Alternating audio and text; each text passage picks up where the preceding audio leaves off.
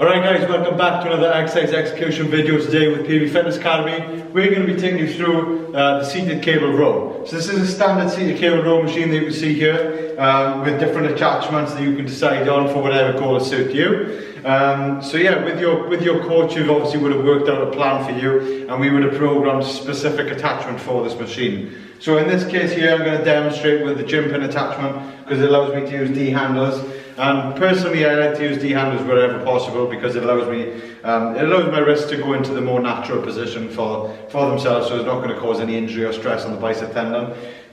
So yeah, as you know, with the rope, you can get very strong in it, so there is going to be a lot of stress going through the elbow joint, so you want to make sure it's in a comfortable position for you. So before we get started, just to talk about the setting up position, just like any other machine, you want to make sure you've got your feet grounded on the platform that it's got for you. A nice bend in the legs so you've got stability, and make sure you've got a flat back, a neutral spine throughout. That's going to allow you to stay in, keep your spine protected, and it's going to allow you to stay in a good strong position as well. So as we move into the exercise then, we set up first. I'll always strap up usually for most pulling exercises, but just for this example I just hold on to the D handles. Then I'll set my feet up, get them in position.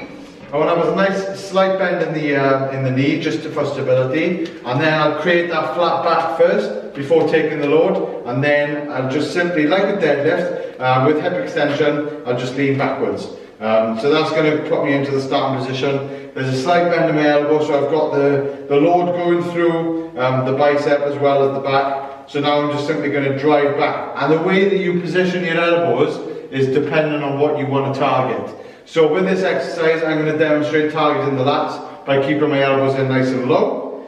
Or you can do the opposite and keep your elbows nice and high and finished around the mid-chest with the bar in the mid-chest. And this is going to target all the other upper back muscles, such as the rhomboids, the lower traps, so yeah, and the rear delts in there as well. So that's the difference. Your elbows are high there, that's doing upper back, or we can keep the elbows low. But regardless, the tempo is going to be the same. So make sure you're nice and steady. Tempo is going to be the same. So about a 1 second count on the way back, and then slow on the way down, about 2 seconds on the way down, 2 to 3, and then drive back.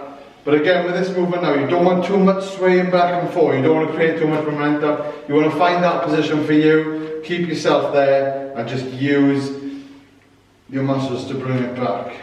But again, at the bottom here, you don't want to round forward to create more of a stretch. You want to keep your shoulders pretty much in extension, so pretty much fixed backwards, and just drive it back with the back muscles then. Okay? That's a quick demonstration there. If you've got any questions, head over to the PB Fitness Academy website or ask your coach. Thank you, and we'll see you soon.